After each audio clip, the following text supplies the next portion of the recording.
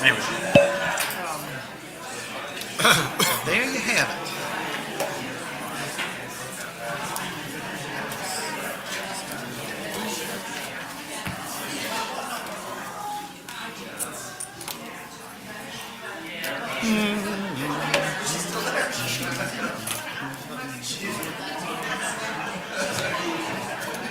So this is for the water plant? I'm assuming it was in the book. Did you talk to Bruce? I did. Talk to Bruce this week. Yes. He had already reached out to Stevens Brothers.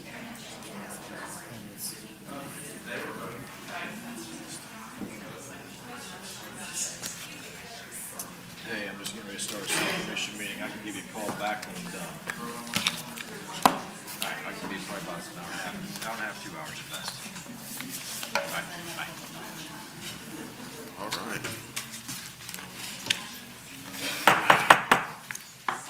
Good evening. I'd like to call to order the regular city commission meeting. This the 22nd of April at 6 p.m. We will have the invocation by Pastor Tim Clark of the Haven Worship Center. And we will be led in the Pledge of Allegiance, excuse me, by Vanessa Castillo, MMC City Clerk. Can you do a roll call? Please. Oh, roll call. I did it again. Commissioner Dantzler. Here. Mayor Pro Tem Yates. Here. And Mayor Birdsong. Here. Commissioner Tracy Mercer is absent. Okay. And Reverend Dollison is coming in. All right, good deal. Yeah, please stand with me. Father God, we're so honored tonight that we can come together as your people, as men and women who are leading our city. Lord, we pray your hand upon our commissioners tonight. Lord, we thank you that as they process the progress of our city, that you give them incredible wisdom. Lord, we believe for the wisdom, the same wisdom that Solomon had, Lord, to be able to move forward with what you are calling our city to do. We thank you, Lord, for granting those things to them. And Lord, wisdom, we declare, beyond their years. Thank you, Lord, for your hand upon their families and your hand upon our city as we continue to grow. We agree for these things, we believe for these things, and we trust you for them. In Jesus' name, amen. Amen. God bless you.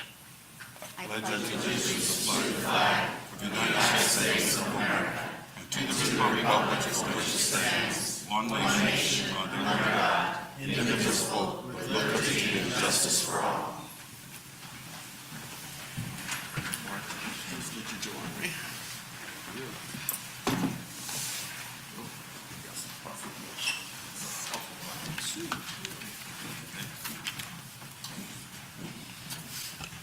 Mayor and Commissioners, we have a handful of presentations and proclamations this evening, so Deputy City Manager MJ Carnevale and myself will tag team these, and he will get us underway with our 2024 Earth Day proclamation. If we could have Dustin Everett and any members of Natural Resources that are here along with him come to the podium.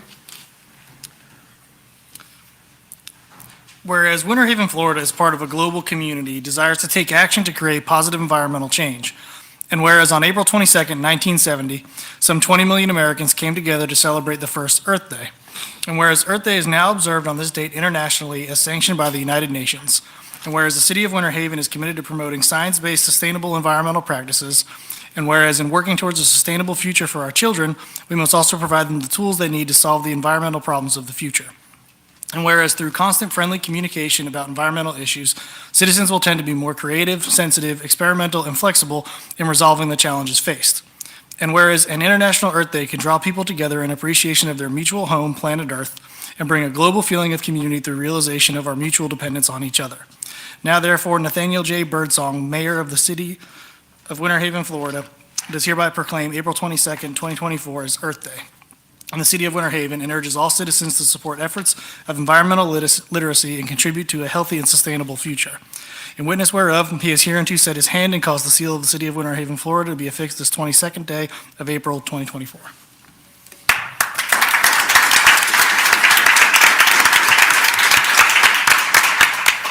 No, I just want to say thank you guys for this proclamation and for the recognition that Earth Day is. It's really nice that here in the city of Winter Haven, we have an environmental recognition that takes place 365 days a year with the commitment of our commission and the commitment of our leadership here in Winter Haven and all the work that we do in our environment. As you guys know that, environmental concerns are a big issue that were brought forth in our in the retreat recently, and sustaining the environment is one of our pillars here in the city of Winter Haven. So I just want to say thank you.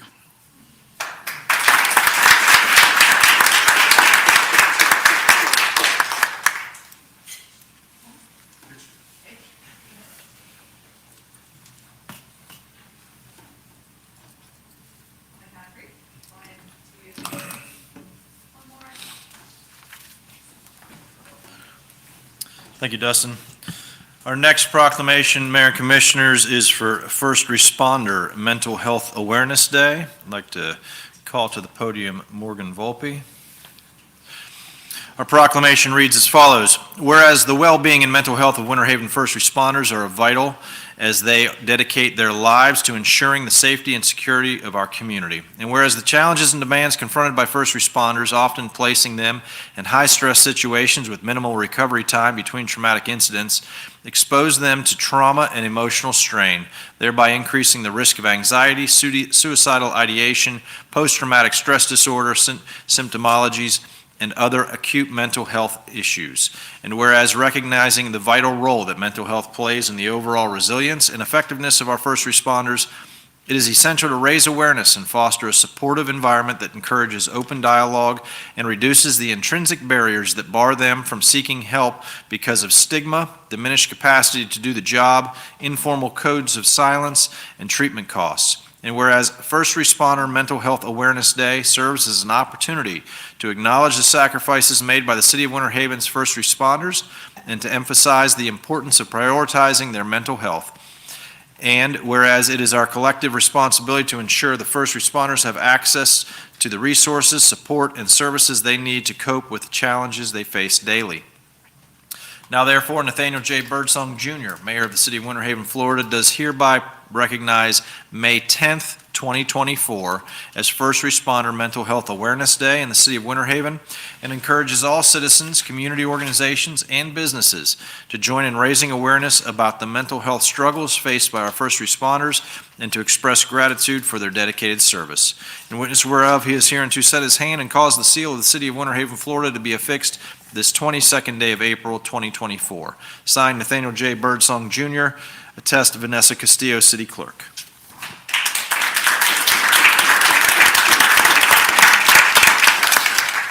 I'm excited to accept this proclamation. I think that the city has come a really long way in getting to where we need to go. We still have an even greater way to where we need to be. I read a study this morning that was actually published by the Department of Children and Families in regards to mental health, specifically around suicide for first responders. And more first responders will die by suicide than on the line of duty, which screams at the severity of mental health when it comes to first responders.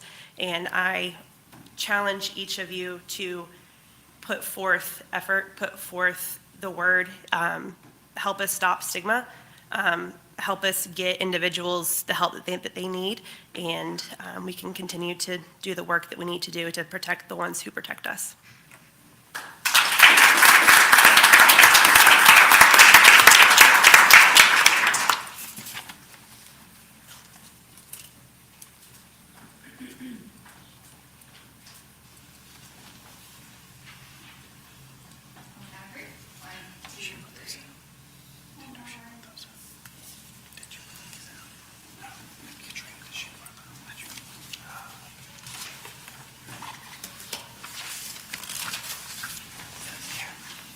All right, our next, Morgan, you want to stay up there for our next one?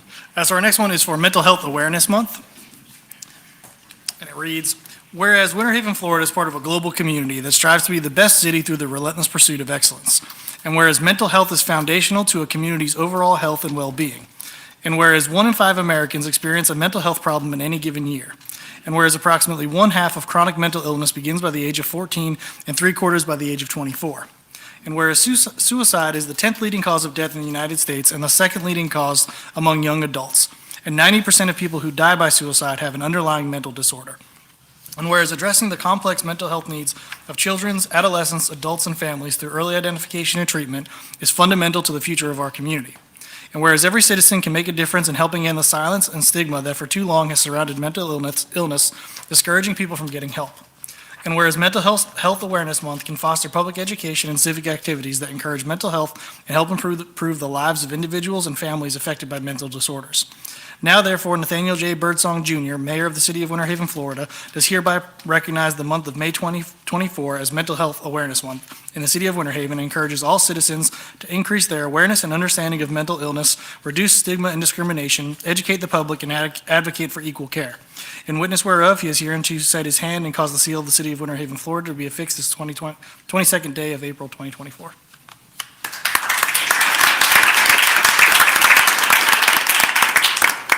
I'm honored again to accept this proclamation. Everybody in this room, whether they know it or not, has somebody that has been affected by mental health, whether that's a family member, a friend, or themselves.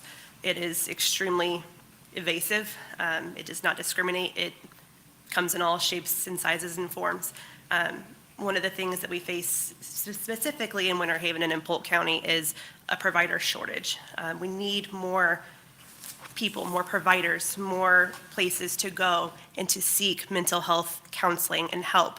And without that, we continue to see the deprivation of mental health resources. I hope that the city, I hope that our constituents, and I hope that our residents understand this, and in the future, we're able to provide more mental health counseling and more help to those who really need it, because we are truly in a mental health crisis right now.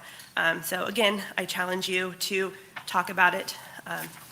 Don't let the stigma continue to have space in Winter Haven. Allow mental health help and allow healing and allow others to have the help that they deserve.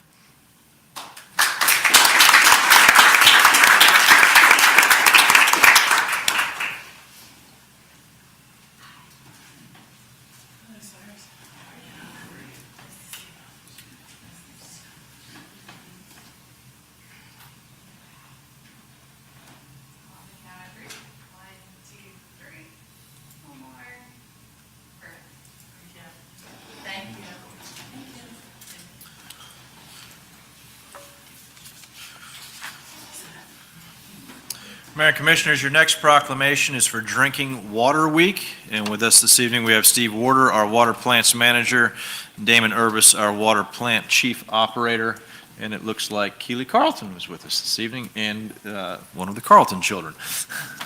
It's time for more education at City Hall. Proclamation reads as follows. Whereas water is our most valuable natural resource, and whereas drinking water serves a vital role in the daily life, serving an essential purpose to health, hydration, and hygiene needs for the quality of life of our citizens to enjoy. And whereas tap water delivers public health protection, fire protection, support for our economy, and the quality of life we enjoy. And whereas the hard work performed by the entire water sector, designing capital projects, operators ensuring the safety and quality of drinking water, or a member of a pipe crew maintaining the infrastructure communities rely on to transport high-quality drinking water from its source to consumer taps.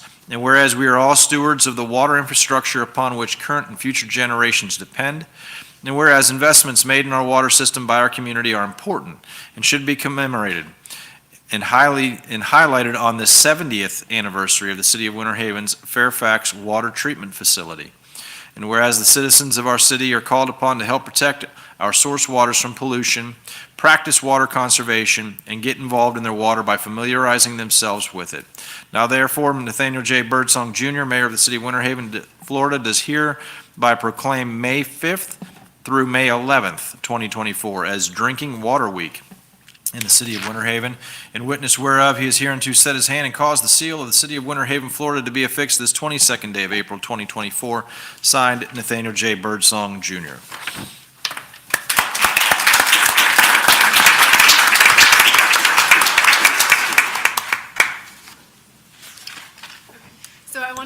displaying the cupcakes. It is to invite our community and everybody here today to the 70th birthday anniversary of Fairfax. So it has been 70 years this year that we have been treating our drinking water in Winter Haven at that facility. So we just wanted to be able to highlight all of our operators that are there 24/7 behind the scenes of our water treatment, and just, show them our appreciation and show that facility some love. But we want to, invite the community out so they can see where their drinking water comes from, meet some of the people behind the scenes. So we thank you guys for this. This is awesome.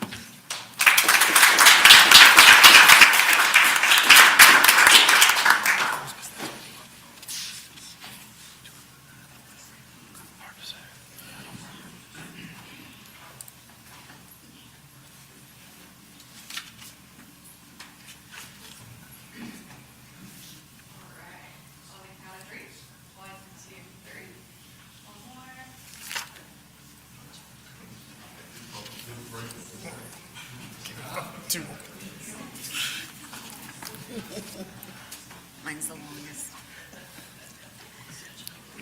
Two more, Commissioners, two more. We're going to let you sit down for the audit, though.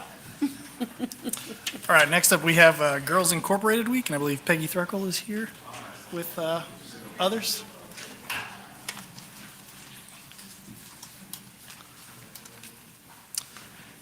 All right, so it reads as, whereas 2024 marks the 160th anniversary of Girls Incorporated, the longest-running girls' leadership program. And whereas Girls Incorporated was founded in 1864 and now supports over 100,000 girls across the U.S. and Canada through advocacy efforts on barriers that threaten their ability to succeed. And whereas Girls Incorporated of Winter Haven, founded in 1948, is a vital part of our community because its work to empower girls to achieve their full potential, develop self-esteem, and create skills for success. And whereas Girls Incorporated develops and provides evidence-based programming with positive and lasting effect for girls who participate. And whereas Girls Incorporated of Winter Haven, girls historically have a higher attendance rate, are successfully promoted, and are able to maintain and improve their grades through the school year.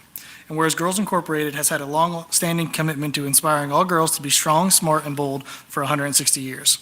Now, therefore, Nathaniel J. Birdsong, Jr., Mayor of the City of Winter Haven, Florida, does hereby congratulate Girls Incorporated on the 160th anniversary of its founding and proclaim May 6th through 10th, 2024 as Girls Incorporated Week. In witness whereof, he is hereunto set his hand and caused the seal of the City of Winter Haven, Florida to be affixed this 22nd day of April 2024.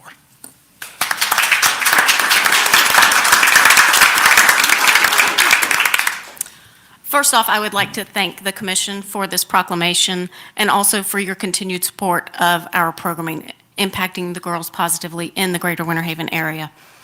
Girls Inc. Week will actually be celebrated by all affiliates across the United States and Canada. 350 cities are served by Girls Incorporated nationally. From our days on the shores of Lake Ship to also serving girls in Juanita and Florence Villa, to our facility on Havendale Boulevard, our goal continues to positively impact the girls of Winter Haven so that they will grow up to positively impact our community, inspiring all girls to be strong, smart, and bold. Thank you.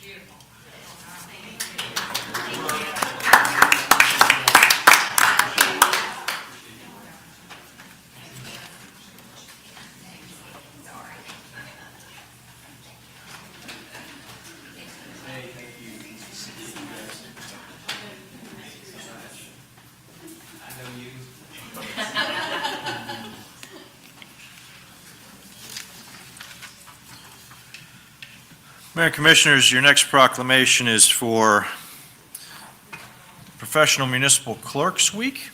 Ask Vanessa Castillo to come to the podium and I believe Latanya Harris as well.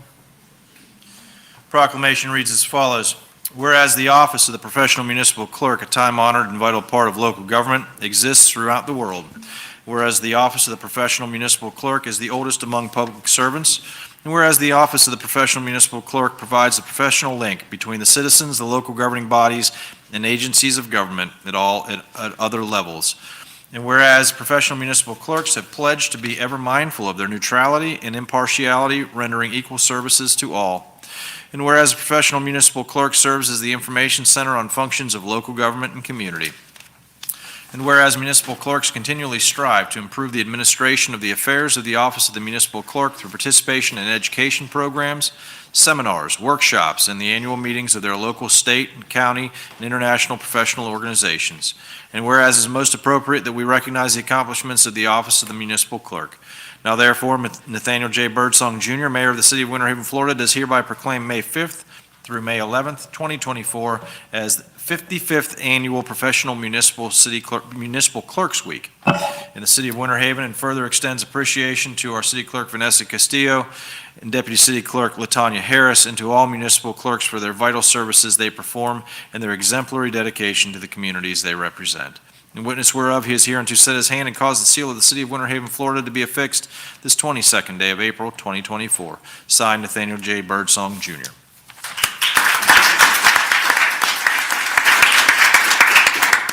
I feel a little guilty because my little speech here is long, but I'm going to try to read it as fast as I can. So good evening. It is hard to believe that this year marks the 10th consecutive year the City Commission has presented the City Clerk's Office with a proclamation for Professional Municipal Clerks Week.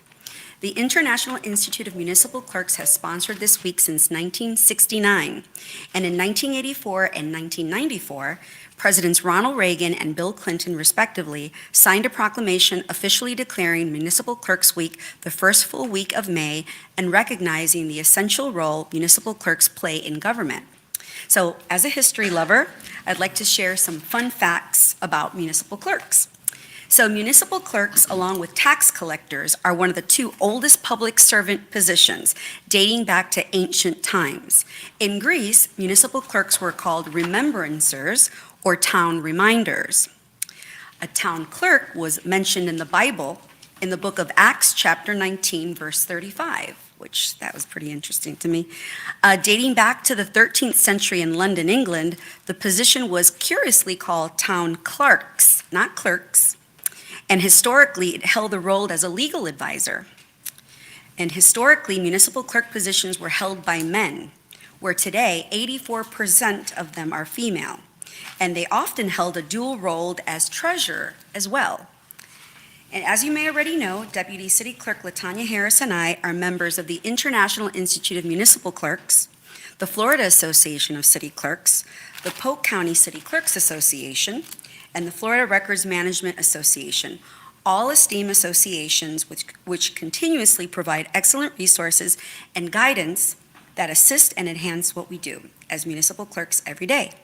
So tonight's recognition shows the continuous support each one of you have consistently demonstrated to the City Clerk's Office, and for that, we express our utmost appreciation.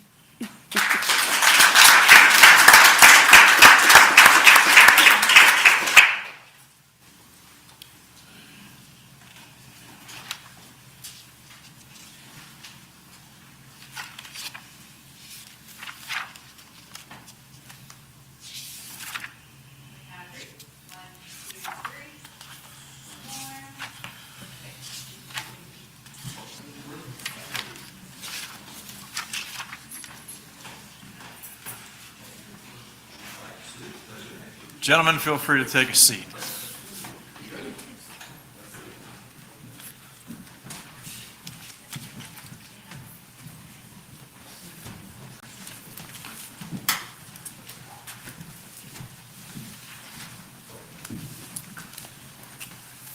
Mr. Mayor, if it pleases the commission, your item 5G this evening is the annual Comprehensive Financial Report, something we often refer to as the ACFR. This is for the fiscal year that concluded September 30th, 2023. And we have with us this evening Daniel Anderson, CPA with the firm of Malden Jenkins. This is their first year with us. They were brought on, I believe, back in early fall. We had done a RFP process to solicit a new auditor for the city. And with that, I will turn it over to CJ Scott for any opening comments, and then to Mr. Anderson for presentation. It's just my pleasure to work with Daniel Anderson and his team. Audits are usually stressful, and this year it went really well. And per Florida statute, we have really 3 audits: the ACFR, the grants, and then the CRA, and all those books are up on your desk. So without further ado, here's Daniel Anderson. Great, thank you. Mr. Mayor, Commissioners, as mentioned, my name is Daniel Anderson, and I'm a partner with Malden & Jenkins, who oversaw the city's 2023 fiscal year-end audit. You should have 3 booklets in front of you. The biggest one is the Annual Comprehensive Financial Report, or ACFR itself. The second one is a document that Malden & Jenkins issues called the Auditor's Discussion and Analysis. This provides all the required communications that I'm going to go over this evening in a written format, as well as some additional information for you. And then the third document is a standalone financial statement for the CRA. Florida statutes require any CRAs that have greater than $100,000 in revenues or expenditures to undergo a separate standalone financial statement audit. So that's the audited financial statements for that document. I do have a brief presentation for you here this evening. As the city manager mentioned, it is Malden & Jenkins' first year serving as your auditors, and we appreciate the opportunity to do that. So I'll provide you some additional information about Malden & Jenkins. I'll go through the audit opinions and the additional reports that you'll find in the ACFR. I'll go through the required communications under government auditing standards, and then answer any questions and comments that you may have. So Malden & Jenkins, we are a large regional audit organization with offices throughout the Southeast. Your audit was performed from our Bradenton, Florida office location. Our governmental niche is the firm's largest niche, serving over 700 governmental entities throughout that footprint. And this includes over 150 entities that seek and achieve the GFOA Certificate for Excellence in Financial Reporting, similar to the city of Winter Haven here. As CJ mentioned, we did undergo a federal and state single audit. Our firm completes over 225 of these to separate clients on an annual basis, covering $4 billion in federal grants. And then lastly, we are nationally recognized. The current chair of the Governmental Accounting Standards Board was selected from Malden & Jenkins. It is a former partner of ours, so we're certainly humbled by the fact that the standard-setting body for governmental accounting chose someone from our firm to lead their organization for a 7-period term. As mentioned, the Annual Comprehensive Financial Report, this document goes above and beyond what's required under government accounting standards. The introductory section and the statistical section are the sections within that document that do provide that additional information, such as your transmittal letter in the introductory section, and the statistical section, which gives you 10 years worth of financial trend analysis, revenue capacity information, debt capacity information, and operating information. Included in the financial section, which is required, it's a big document, so if you read anything, the 2 things that I would recommend are the transmittal letter and management's discussion and analysis. That provides really a bird's eye view and summary of the financial activity in the current year as compared to the prior year. The statistical section, as it gives you that 10 years worth of information, I'd also look at. And then beyond that, you can really break down the document into several different parts depending on what you're looking at. So you can certainly reach out to CJ and her team, and they can help you with that. So we perform an audit to give our opinion on the presentation of the financial statements. Developing our procedures to support that opinion, we do consider the internal control structure. However, we're not issuing an opinion on the effectiveness of internal controls. Our audit was performed in accordance with generally accepted auditing standards as well as government auditing standards to provide reasonable assurance that the financial statements are free of material misstatement, and the financial statements are the responsibility of city's management. I'm happy to report that we've issued an unmodified opinion, which is the highest form of assurance that we can render. So in our opinion, the financial statements that you have are free of material misstatement. In the back of the ACFR document, you will find several other reports. One is what we refer to as a yellow book report or a compliance report, which contains a report on our testing of the city's internal controls and compliance with respect to significant laws and regulations. This is a negative assurance report, so we don't provide an opinion within this report. We just let you know if there were any findings, and I'm happy to report that the city had no findings for the 2023 fiscal year end. Additionally, as CJ mentioned, as the city expended more than $750,000 in federal and state awards, it did require us to perform a single audit over 4 major programs. In total, federal and state expenditures were $8 million, and our testing covered approximately 6.3 of that $8 million. And we had no issues related to compliance or internal controls over compliance with respect to the use of these grant funds. I'll try and quickly go through the required communications here, as you do have them in written format as well. Like the financial statements, management is responsible for the application of the accounting policies and procedures described in Note 1 of the financial statements. During the year, a new GASB pronouncement that was pretty significant was implemented related to subscription-based IT arrangements.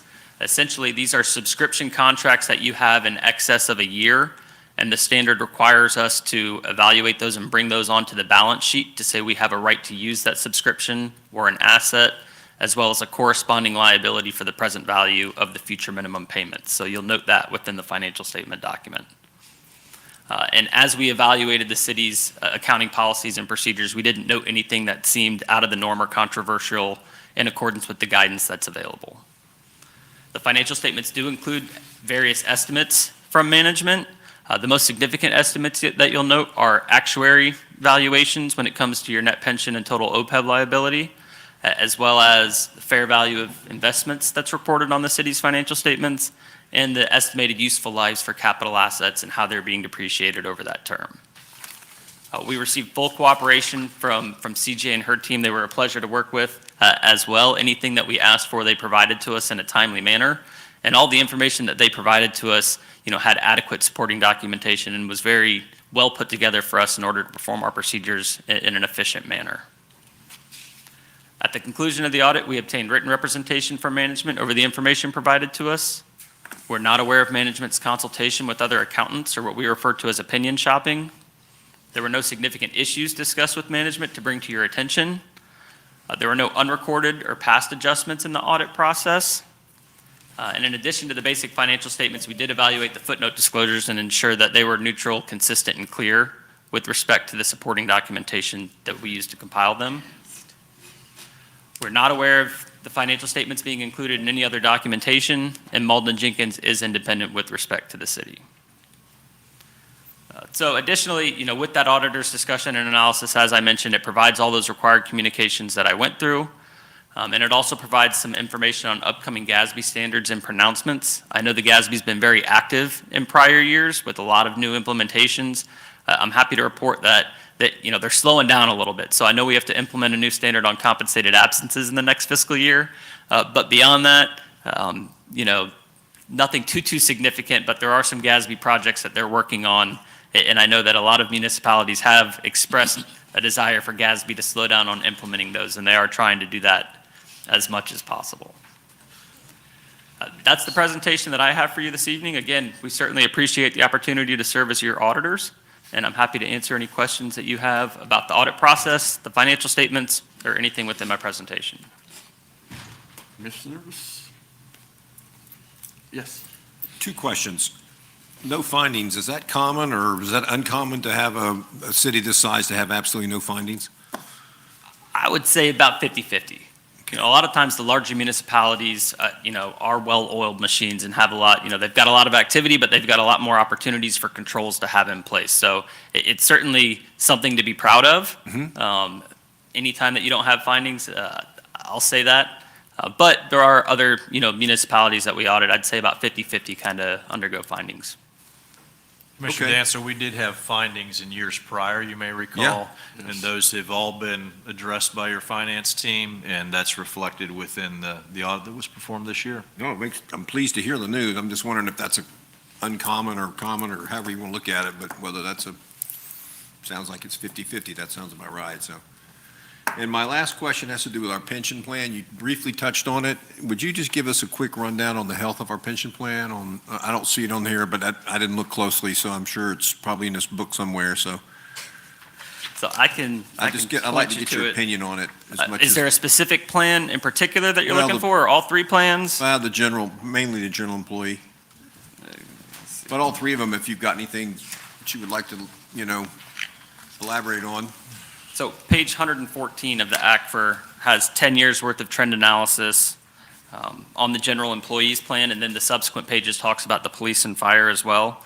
I always say when considering pension plans, this is a very long-term liability. It's also very susceptible to, as I mentioned earlier, estimates that are made by the actuary. There's actually a footnote disclosure that talks about just the investment rate of return that is chosen. If the actuary were to use a rate a little bit 1% higher or 1% lower, how that impacts the overall liability. So I do always say, take it as a long-term analysis and look at the trends like you see here on page 114. The general plan, 76% funded. I think that's very common with what we see. Typically you're between 75 and 85% with these plans. There are some entities that have chosen to kind of make excess contributions to try and get near 100%. But also, as you can see, if you look from 2020 to 2024, it got up to as high as 87% and then dropped down to 72% in 2022, and then jumped back up to 76% in 2023. So, What's the implied interest rate we're using? Haven't we been lowering that 0.5% a year for a while, or I think it may have leveled out. maybe we stopped, or leveled out at? I think it leveled out at 7. There's a pension board meeting this week. We can affirm that and let you know. It's on at Wednesday. 7. I know at one point, we were lowering it by 0.5% for 3 or 4 years in a row, and we got to a certain level. I just don't know, I don't remember what it was. Is it 7? I think it's 7. So Yeah, it looks like it might be 6.5%. 6.5. And again, I'm just quickly looking, but I do see on page 115 how it's been lowered. And yeah, it looks like, on page based on the 116. It's on October 2023, it's a 6.5% assumed rate. So, and that's very close to what the state of Florida has used for the FRS pension plan as well. So, you want to look at the liability in a long-term perspective, but you also, the actuary is determining what your required contributions are, and you want to evaluate and make sure you are making, and meeting those required contributions in accordance with what the actuary is determining to say, hey, here's what we're projecting that you're required to have to make sure that you're funding this appropriately. So the city is making those required contributions, and the actuary kind of adjusts, what their expectations are as you move forward in accordance with how the plan's operations are acting. Is it a fair assumption that police and fire are about the same, 70, 80%? So I think they're both right around 80%. So they're a few percentage points higher. In the same assumptions as far as you know, or? Firefighters are on page 117, Commissioner Dantzler, and they're at about 80%. And their assumed rate of interest is at 7, it was lowered from 7.75 to 7.6. The police pension is at 81.7%. And their assumed rate of return 7.35%. So these are all three different Actually, pension? 7.45. They're all 3 separate pensions. Keep Pension in mind, boards, and the Yep. boards are the ones that set the assumed rate? The actuary, The actuary. based on the actuary's input, yeah, is. the board makes, yeah. Yes. And keep in mind, the general pension is a closed pension, so no new employees go into that. We closed that, I believe, in the fall of 2017. Right. And so all new employees that are not within police and fire go into a 401A retirement program. And the fact that we have different assumptions on all 3 different plans is not concerning? I mean, I don't know, I'm not necessarily, I'm concerned, I'm just trying to, 7.5% assumed return, is that normal for what you're seeing across the board? Yeah, it is. So we're at 6.5 on the. So it really ranges from 6.5 to 7.5. So I think all 3 plans are within that range. And again, on pages 96 and 97, it just provides analysis on, if they were to change that by a percentage point higher or lower, how that impacts the net pension liability. Page 7, what'd you say? 96 and 97. I'm sorry, I want to look at this, but just give me a minute to.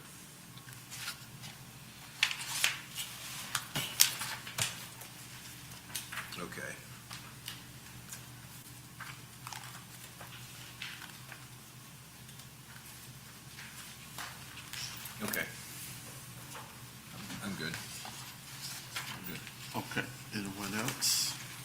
Just a point of clarification, or just, I guess, we missed JP up here. He always had that one question. I can't remember I what the told question staff that was. somebody was going to ask it. But I'll can't- ask it for him. I'll let you ask it.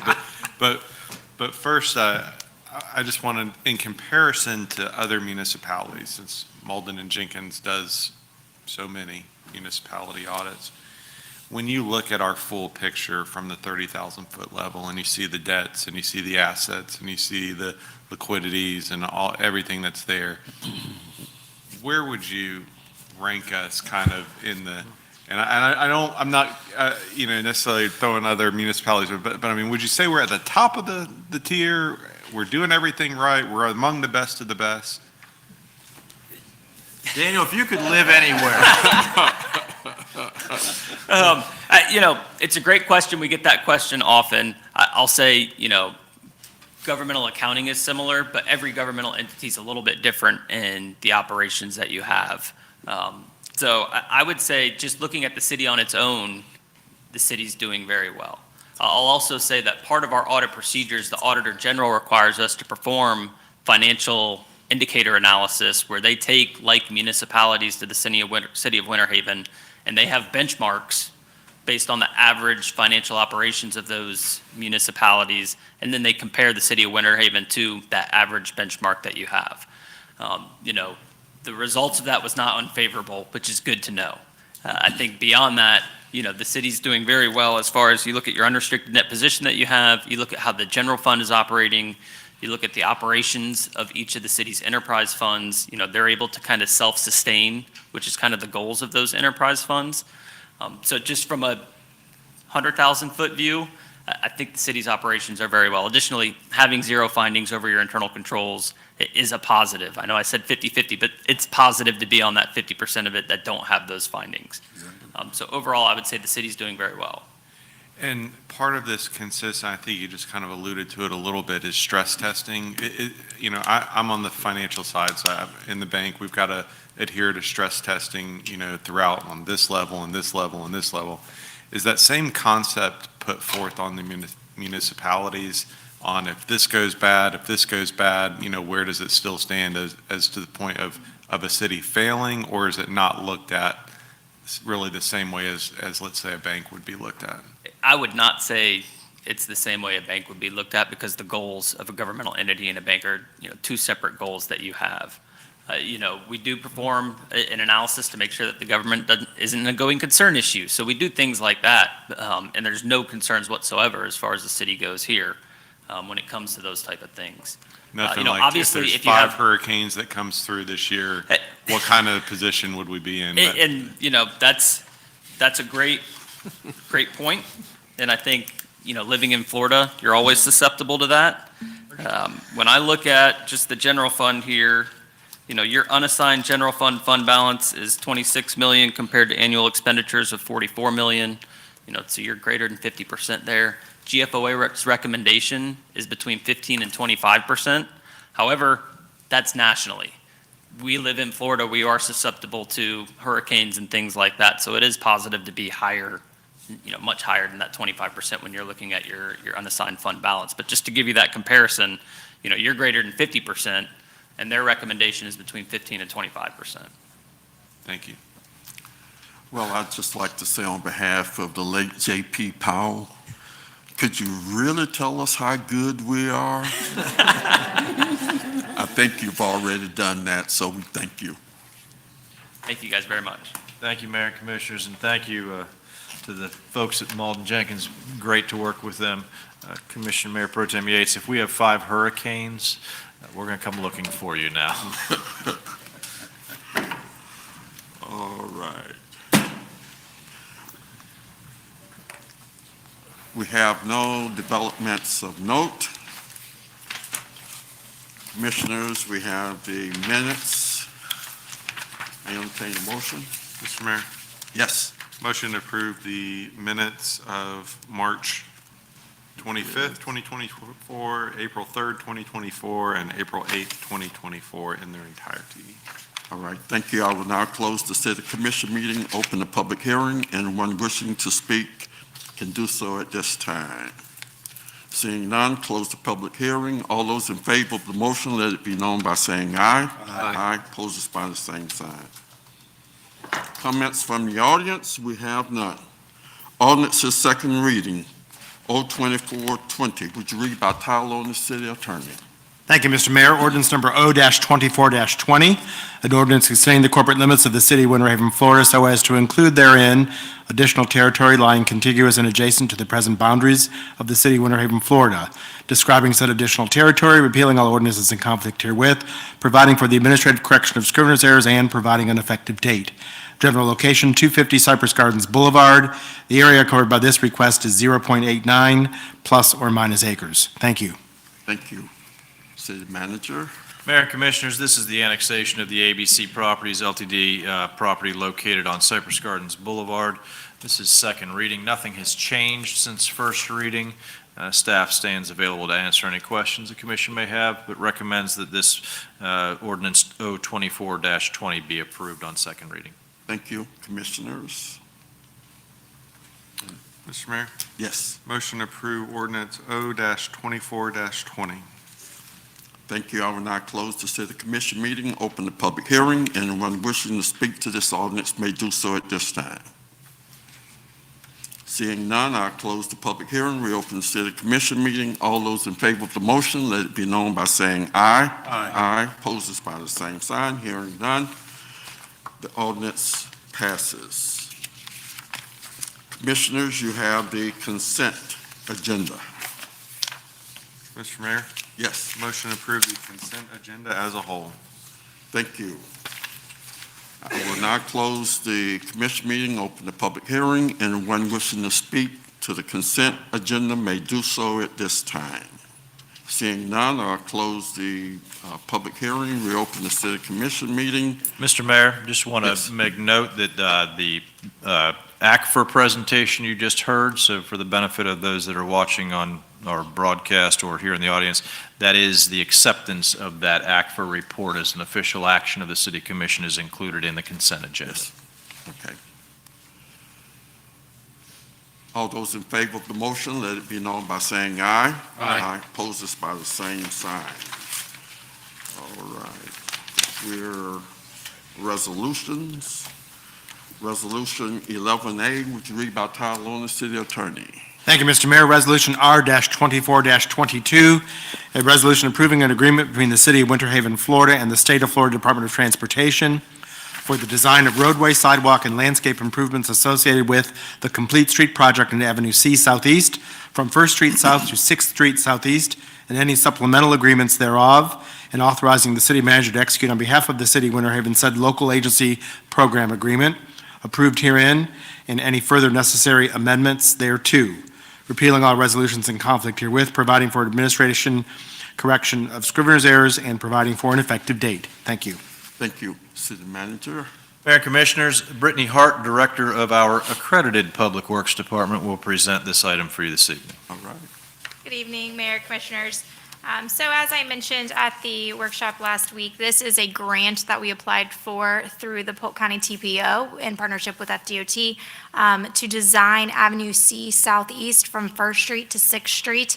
And along that stretch of roadway, you have 3 schools. You have Grace Lutheran, you have Brigham Academy, and then the Denison Middle School, Denison Stadium.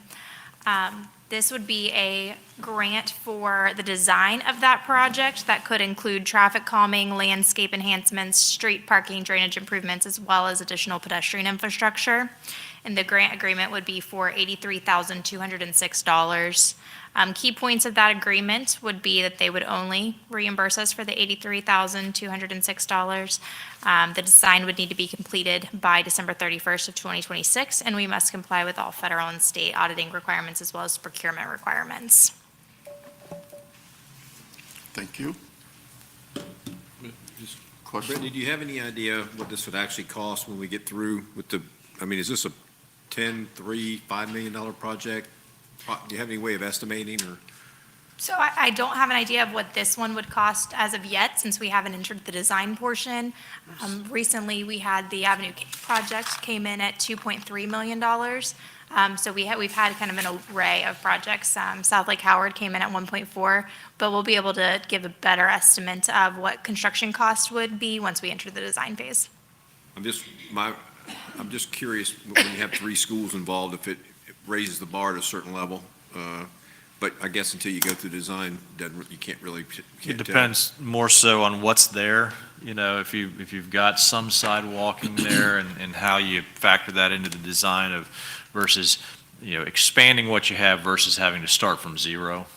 Makes a little bit of difference there. Those are, and you got a lot of roadway in that corridor as well, particularly in the section around Grace Lutheran Church and School that I think creates some opportunities where there's less conflict to be mitigated. Is this typical length, or it just seems a little long, or is this about what we see with these, or Avenue K was about? I feel this is pretty standard in the length. I don't have the exact length available to me at this moment, but it seems that we've been submitting projects that are about half a mile in length. Do you know if it's going to take in all of Brigham? Or- No, it should take us right up to Brigham at 6th Street.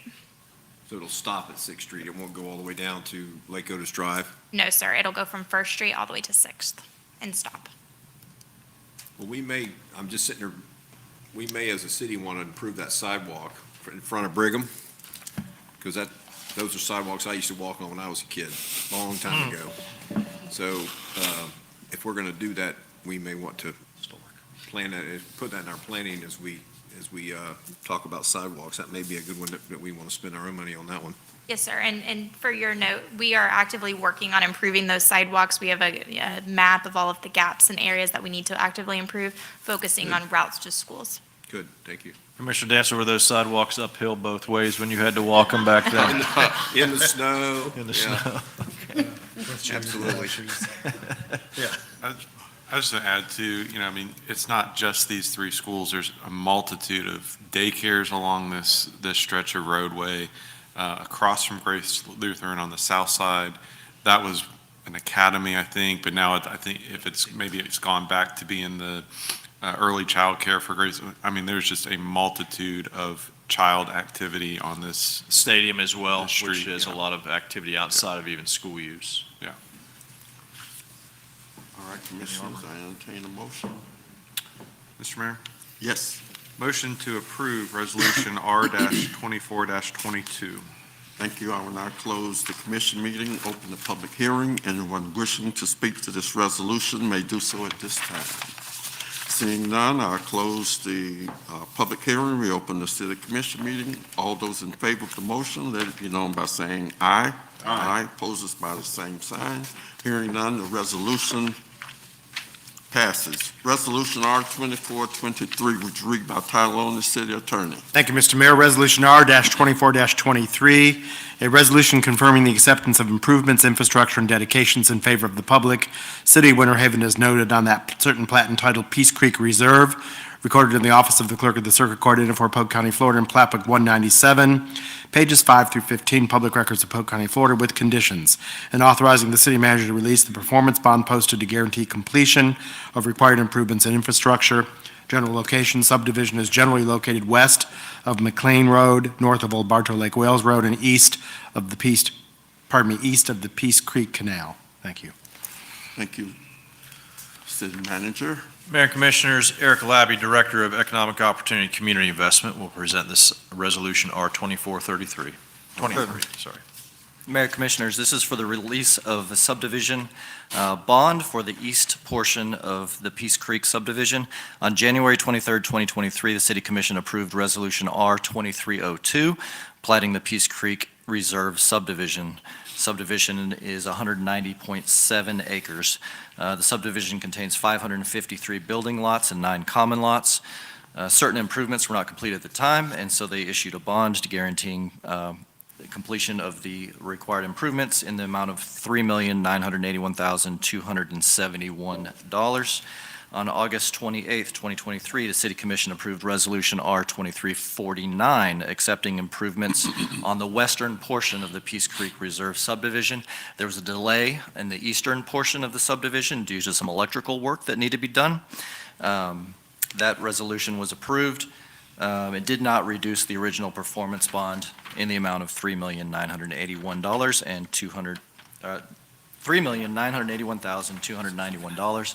On January 22nd, 2024, the City Commission approved R-2407, reducing the amount of that bond to $472,127.92 to cover only those incomplete improvements located east of the Peace Creek Canal. Those improvements are now complete. They have been inspected and are ready to be accepted by the city. On March 27th, developers submitted a request to release the remaining performance bond. There is no financial impact with this request, and staff does recommend the City Commission approve Resolution R-2423. Thank you, Commissioners. Mr. Mayor, Yes. motion to approve R-2423.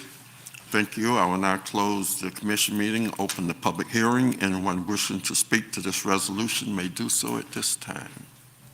Seeing none, I'll close the public hearing. We open the city commission meeting. All those in favor of the motion, let it be known by saying aye. Aye. Opposers by the same sign. Hearing none. The resolution passes. All right, we have some ordinances. First reading. The second reading will be on May 13th. Ordinance O-2418, would you read by title only, City Attorney? Thank you, Mr. Mayor.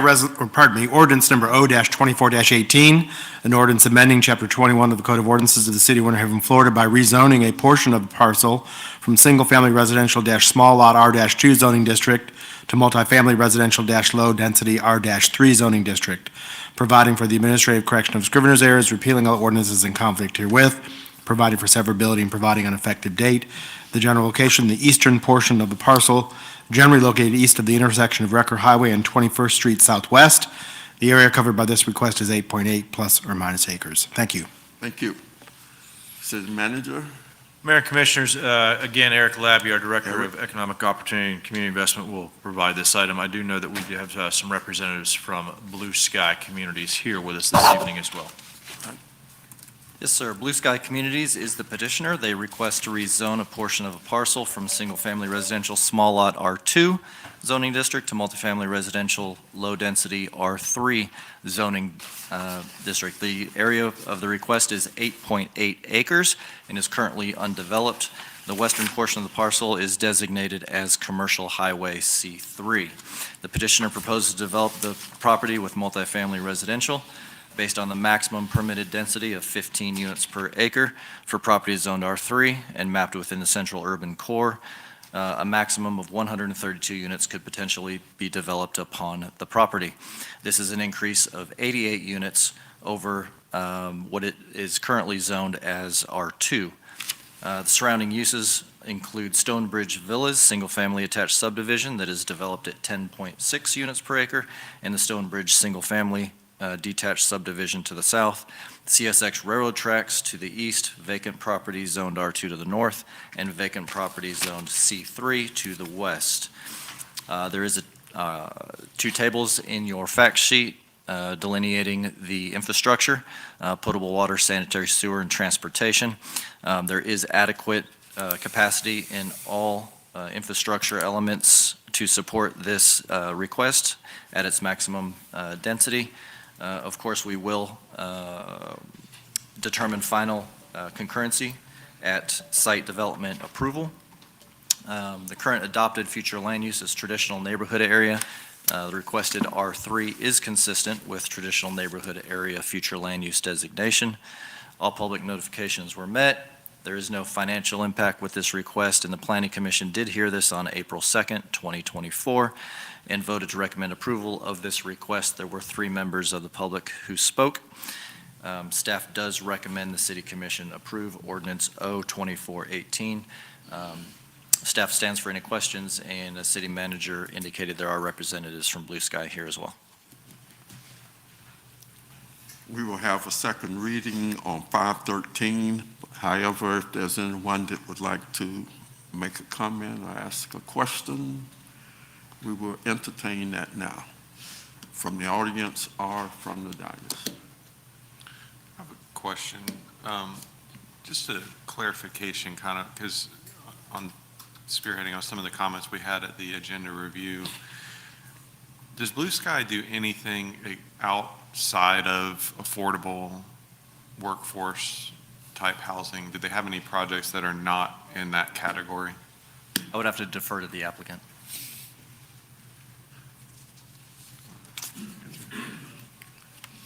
Could you give us the name and address for the record, please? Good evening, Sean Wilson, President of Blue Sky Communities, with offices at 180 Fountain Parkway North in St. Petersburg.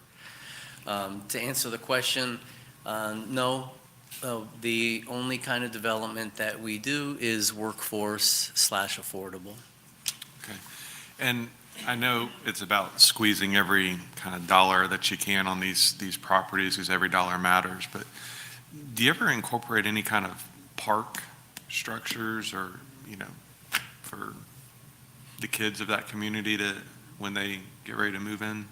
Yeah, yes, Blue Sky Communities does try to incorporate recreational amenities at all of our properties. For example, one that we have, which is just finishing up in the city of Winter Haven, has a separate clubhouse with a swimming pool and a play area. And so we do try to incorporate those amenities right on the property for the residents. Yes, sir. Okay. And I asked that question on a couple of levels, but one specifically, and I believe there's still an ordinance in place that, let's say a less desirable individual cannot reside within so many feet of a playground. Is that still the case, and is that, a thought process in putting those playgrounds in these developments? Well, when we put a playground in, it's private for our residents only. So that's one thing I want to clarify. We're not putting in a park that's dedicated to the public. Yeah, I guess if someone has been convicted of Well, now, I'm sorry to interrupt. Now you're getting into a question of how does a person apply for and get approved for residency at our properties? And I don't have my property management staff here with me tonight, but we do follow very strict protocols that are set down by both the federal government and the state government on our application processes. And I know that we're very diligent about following all of those. That's the best I can. Yeah, and I'm just getting at protecting our kids.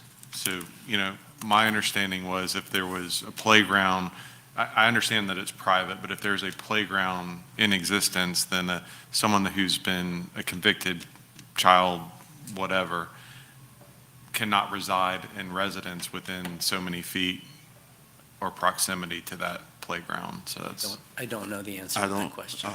Commissioner, I don't know about Blue Sky, but I do know about the Villas of Lake Smart. As a convicted felon, you would not be approved. So they didn't lease to convicted felons. And I'm just wondering, even outside of that, if there is, it still would be outside of that community.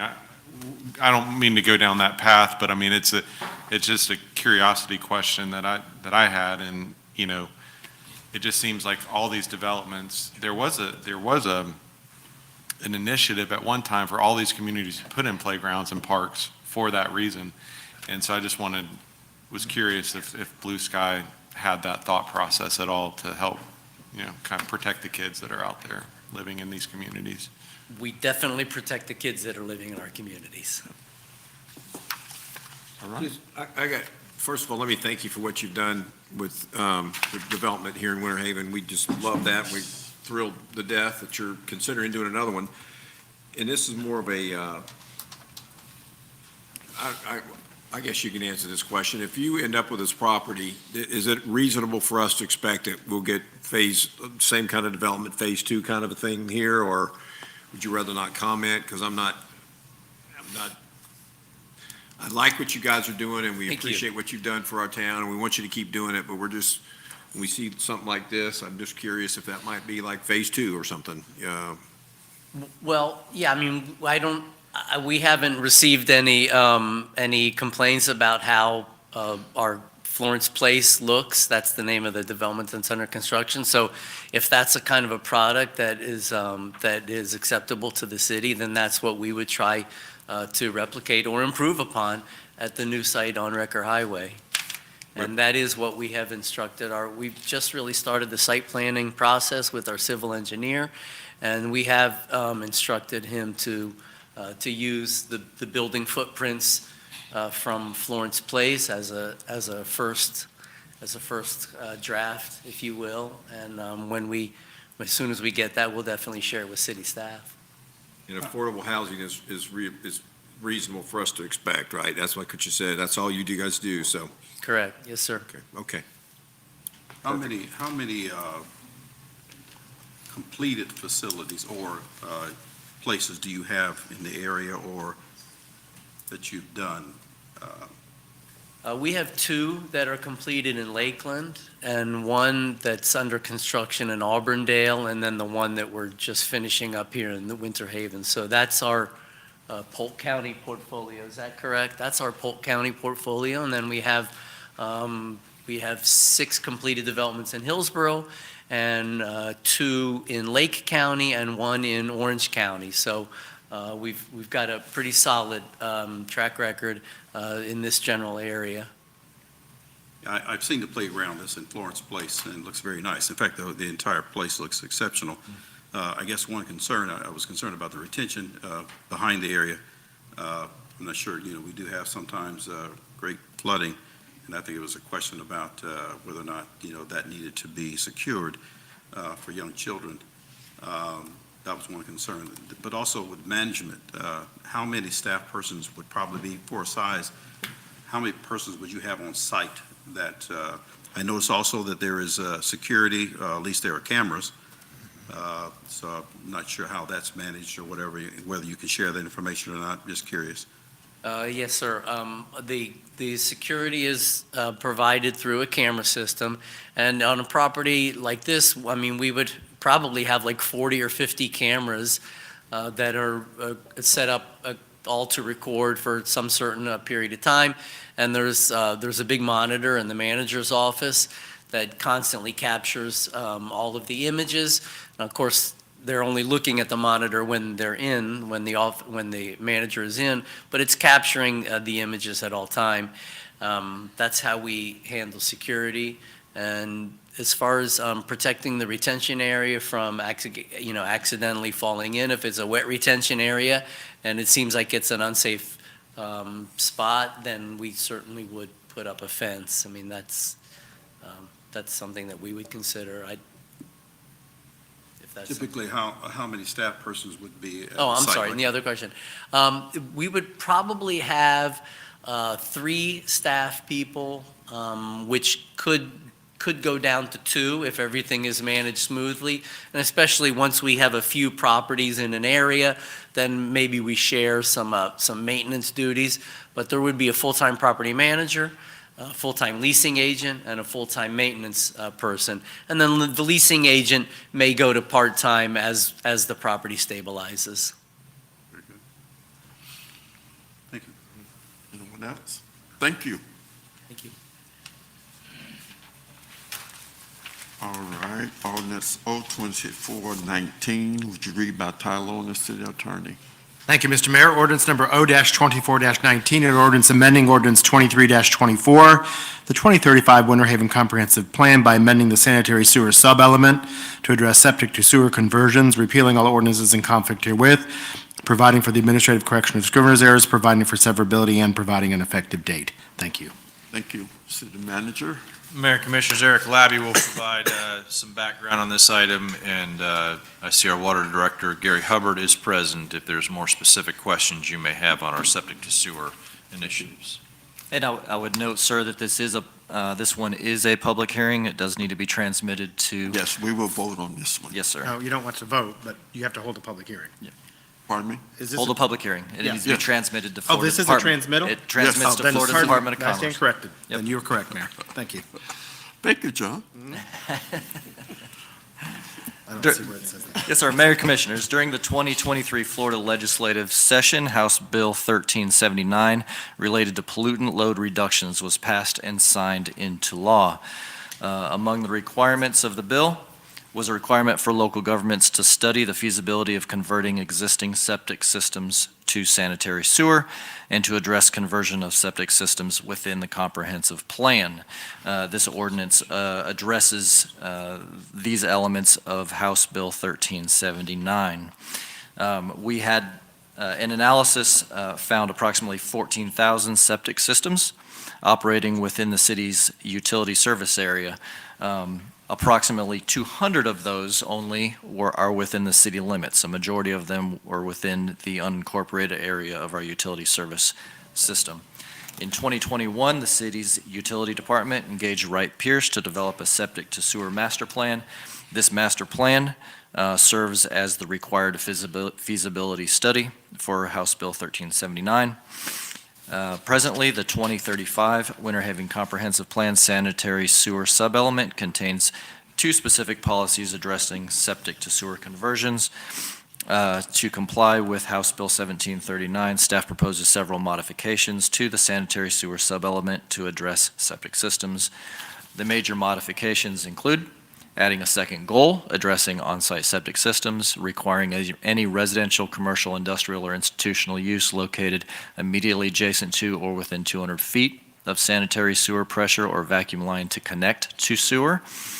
Highly restricting the use of new and replacement septic systems, requiring any new septic system, when necessary, to be set back a minimum of 150 feet from any lake high water mark, and to be designed in a manner to facilitate connection to sanitary sewer when available, adding the appropriate maps, and adding policies to support planning for capital projects. There is no financial impact to the city with this request. The Planning Commission did hear this on April 2nd, 2024, their regular meeting, and unanimously voted to recommend approval of this request. There were no public comments.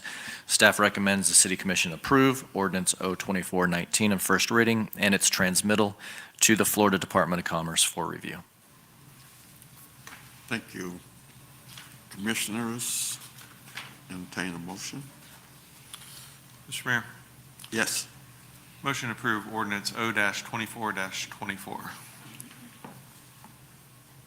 I think it's No, it's Oh, 19. I'm sorry, O-24-19. Thank you. Wife's told me to go to the doctor, but I'm not doing it.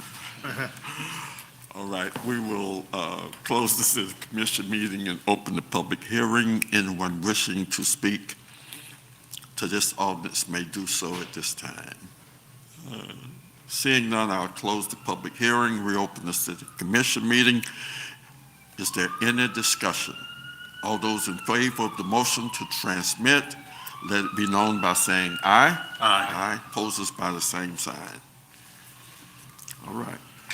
Ordinance O-2424. Would you read by title only, city attorney? Thank you, Mr. Mayor. Ordinance number O-24-24, an ordinance of the City of Winter Haven, Florida, amending ordinance number O-23-54 regarding appropriation of funds for defraying expenses of the municipal government of the City of Winter Haven for the fiscal year commencing October 1, 2023, providing for severability and providing for an effective date. Thank you. Thank you.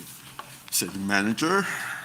Mayor and Commissioners, you may recall within your consent agenda, you had an item that pertained to the replacement of the police department's roof. So this is a ordinance that is amending our budget ordinance, which appropriates funds for the fiscal year. The cost of that roof replacement was not budgeted in the current fiscal year. Estimated cost of replacement is $292,390.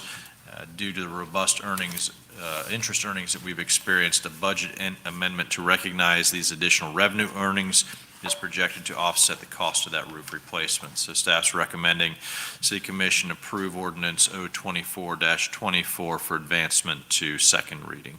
All right, thank you. The second reading will be on May 13th. All right, new business, we have none. Commissioner liaison reports. Mayor Pro Tem Yates.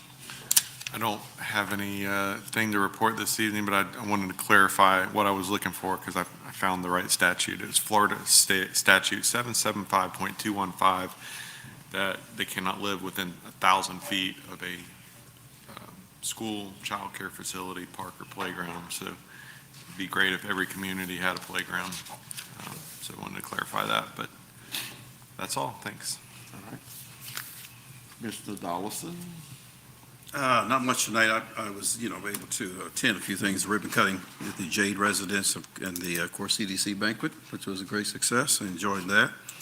And also Polk State Legacy Gala in the Gardens. That was amazing.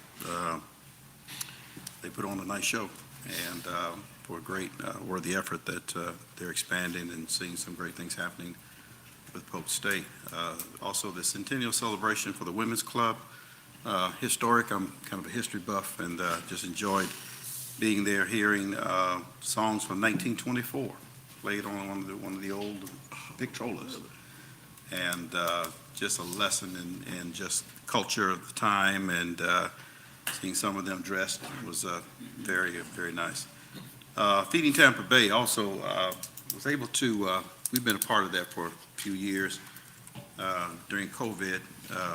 We have some food deserts and, having available fresh foods and vegetables and that kind of thing for a lot of people. So Feeding Tampa Bay, Central Florida Health, and United Way, partnerships that they have, but also they partner with many other entities within our community, such as churches and other organizations, and they decided to have a picnic at Martin Luther King Park, bringing everyone together, and it was really a wonderful event to come together and see the other people who are working volunteering, and I know we're one of the sites and have been for the past 4 years, and pull your car up and you don't have to get out of it, and people put a box of groceries in it. That's a pretty good deal, and they even had some fresh watermelons out there this past week. So it's just great to see community working together and making a difference. And I will tell you, the lines have not gotten shorter. In fact, there was a pop-up on Saturday, and over 150 people come. We have on average at least 250 from the site that we are at. So it's really making a difference, and with the high cost of food and things that many people are experiencing, I'm sure it is a blessing to those who desperately need it, and those who just simply help in their better quality of food and that's available to them. Also today, the Public Safety Oath of Office ceremony. It's great to see so many new officers, young. I just look and, I've been a part of the safety department, and working with them was instrumental in starting one of the first chaplains to start the chaplaincy, the loss of one of our officers many years ago. And just to see the new officers being pinned today, it's exciting just to see the growth and the need also within our fire department as well. So that was exciting just to be a part of that. All right, Commissioner Dantzler. Okay, spent this morning at Lake Ashton doing a talk about State of the City address with Bruiser over here. He and I tag teamed him and did a good job, and I wish I could tell you about all the new things Bruce has got coming up, but he swore us all to secrecy, so. But good crowd out there at Lake Ashton. I actually went to the ski show this weekend just to see how it was going. It was packed, and everybody was piled in there where the shade was, but the ski show was a good ski show this Saturday. Attended poetry night. Went there as a commissioner. I didn't read any poetry, but I listened to poetry. They have poetry night, believe it or not, at the Animal Hospital on Dundee Road, and there was about 10 of us there. So. Did you say the animal? At the Animal Hospital, yeah, the emergency room. Poetry? Poetry. Yeah, they have a poetry night there. Huh? To the animals? No. Some might call me an animal, but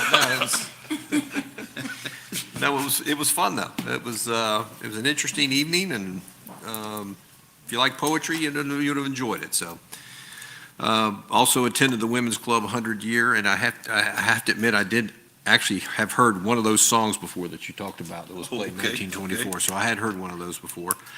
Also went to the fishing derby this past weekend, and I got to hand it to whoever put that on, Dustin, or whoever put that on, was really a fun event. Every person I talked to out there was having a ball. And I bet there was at least 100 people out there fishing and catching fish and, you know, I don't know who actually, I didn't stick around for the ceremonies, but one guy had a bass that was about that long, and there was the shortest, the longest, and the most unusual. Those were the three prizes, and those kids were having a good time, and if you caught one, you went up there and they had a fake fish. He was made out of porcelain or rubber or something. They would put him on paper and paint him all up and give you like a painted picture of a fish that looked like you caught it, but that was your takeaway. So everybody got one of those, and I just thought that was the weather was perfect, and everybody out there was having a really good time. And the city employees that were there looked like they were having a good time too. So decided to go to Fun and Sun. I went over there on behalf of the TDC, watched the Blue Angels, and that's always one of my favorite things to do. Also was at the Jade Residence Open House, and there was all, Mayor Birdsong was there, and you were there, so we had a good time. And boy, if we could get a couple more of those in Winter Haven, a lot of our homeless situations would get better. Hulk Vision Board of Directors had a Zoom meeting on that and worked about half the time. And I'm glad to see that we all survived the eclipse that was coming down on top of us all last week. So congrats that we all made that. And with that, I'm through. All right. Okay, I have a few things. Attended a ribbon cutting for the Villamar Arunda homes. And those houses are not affordable. That's all I'm gonna say. Attended the Night of Legacy of Polk State, the Jade Apartments grand opening, and was sort of inducted as a friend of Tri-County at a banquet, which was great. Tri-County is a great organization, and they are actually building, along with Blue Sky, a project in Arbondale that's very unique and a special project. And so we're looking forward to that. And with that, that's it. All right. City Attorney? Thank you, Mr. Mayor. Commission, just a brief update on the Form 6 litigation. As you may recall, the individual, in the federal lawsuit, the individually elected officials who consented to join, that includes the 5 of you all there. There was a hearing today in the federal courthouse down in Fort Lauderdale in front of the federal judge assigned on the our plaintiff's motion for a preliminary injunction. So that hearing took several hours, and the court received argument, and there were some additional filings, but as soon as the court issues an order, I'll certainly let everyone know what the outcome of that matter is. But wanted to let you know that the city of Winter Haven individually elected officials who have consented to be a party to that lawsuit are officially parties to that lawsuit pursuant to an order that the judge signed just before the hearing this morning. So more to come on that, but we'll keep you posted. How many municipalities? I don't know how many municipalities, Commissioner Dollison, but I believe there's about 170 elected municipal officials, rough numbers, that are part of that particular lawsuit. So, yeah. Any idea when they're going to make a decision? Well, my understanding is that the judge allowed the State Ethics Commission to submit some supplemental information if they have it, and that the plaintiffs will be permitted to reply to that within the next week or so. So I imagine once that information is received and the court has the opportunity to review all of that, the judge will make a decision one way or the other, and that will be related to you all as soon as I'm made aware. Mr. Cole, as you may recall, with the Weiss Serrano Law Firm, is the litigator handling that matter on behalf of all of the various 170 elected officials who are parties to that litigation. So he's been very good about keeping us abreast of matters and things that are happening. So we'll keep you posted. So if it is favorable, only those 170? That's correct. Would well, be... arguably. I don't know yet. That issue did come up. I understand at the hearing today, and so that may be a matter that is decided by the judge one way or the other. So don't know the answer to that yet. Yes, that was an issue. That was certainly, if you were not part of the plaintiffs, the argument or the theory going in was that it may not apply to those parties that are not, or those elected officials who are not parties. So that still is yet to be determined. And if, appeal, would there be an opportunity for that, or is that possible? Yeah, I don't want to say for sure on that, Commissioner Dollison, in terms of whether or not the court denies the motion for a preliminary injunction. I don't know if that's an appealable order. If they grant a preliminary injunction, not sure whether that is an appealable order either, but I'm sure if there are appeals, either side will pursue them to the extent they can, I would guess. But that's not something I want to speculate on. I'll certainly keep you posted as I know more. Would that be a temporary or permanent?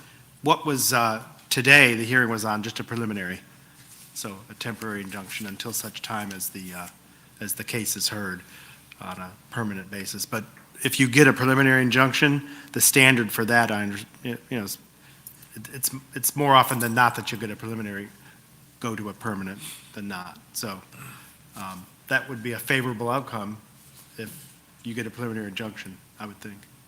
Any precedents relating to this have been established in other states that you're aware of, or is this? Not that I'm aware of. Have any knowledge? Just curious. Not that I'm aware of or have knowledge of this evening.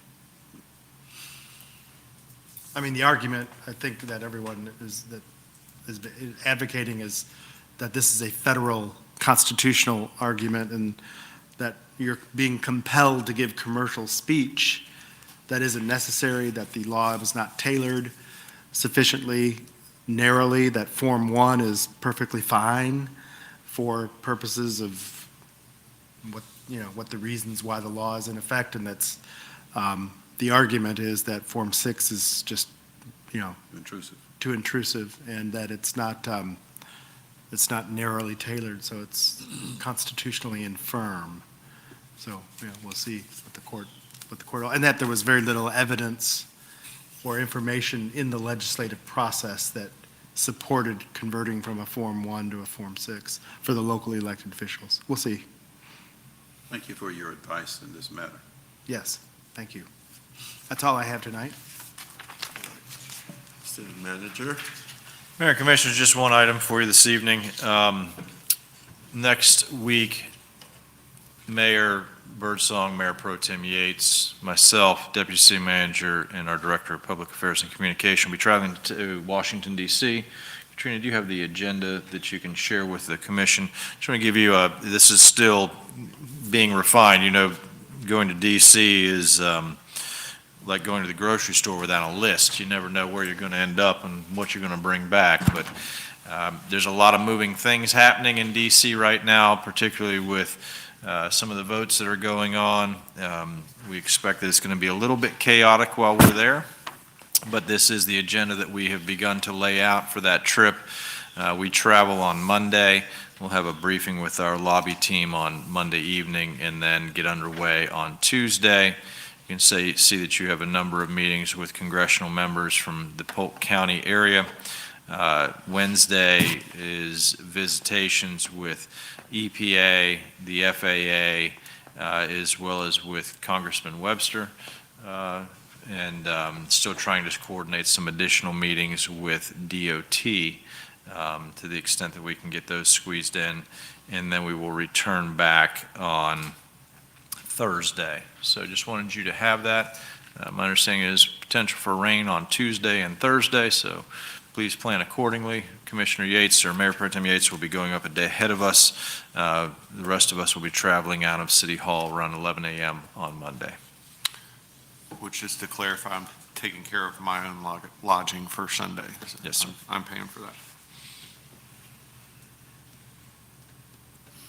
That's all. All right. Assistant City Manager, Nothing this evening, thank you. City Clerk. Nothing this evening. All right. Emergency matters that have not been received for the agenda. Motion to adjourn. We adjourn.